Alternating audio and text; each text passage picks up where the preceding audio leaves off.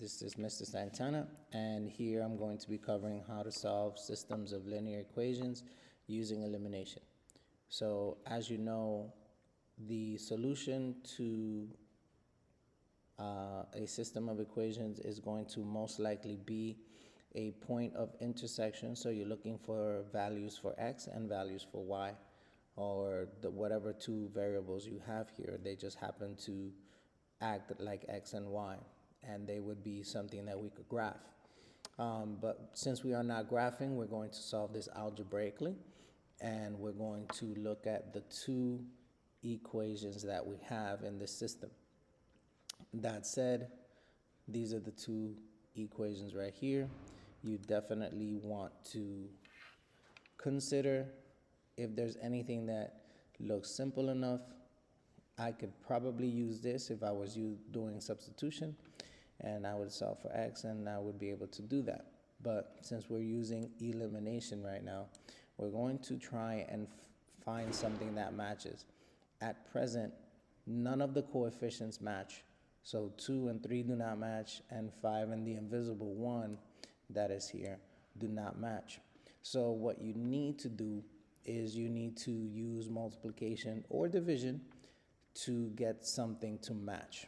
So the easiest thing to do is to go ahead and take this equation and multiply each number by 5.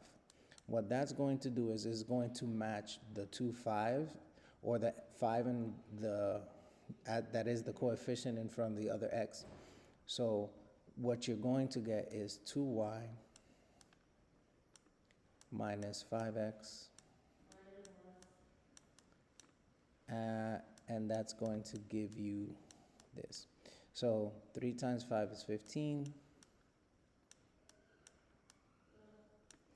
1 times 5 is 5.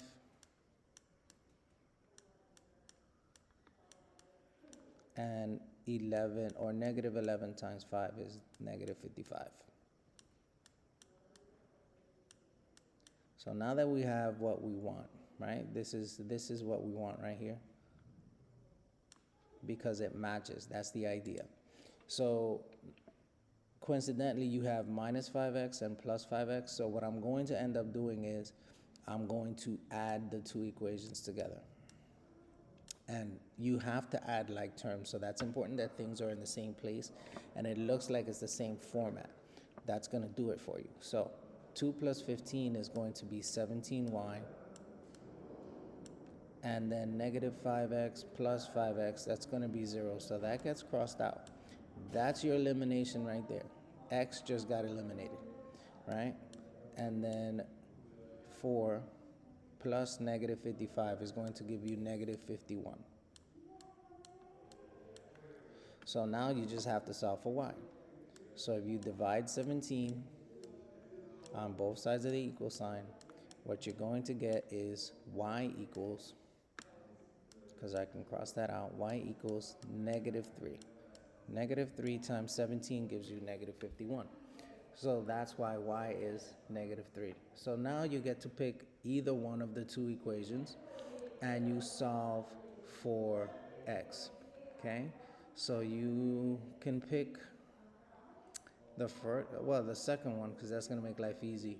There's no coefficient for x other than the number 1. So this is going to be 3y, and y is negative 3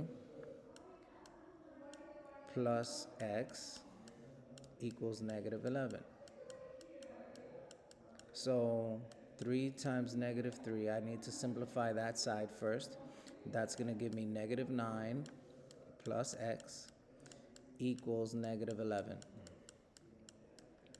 So now I just have to use the inverse, plus 9 over here, and plus 9 on the other side of the equal sign to keep the equation even. So this gets crossed out. Negative 9 plus 9 is 0. You get x equals negative 2. Negative 11 plus 9 is negative 2.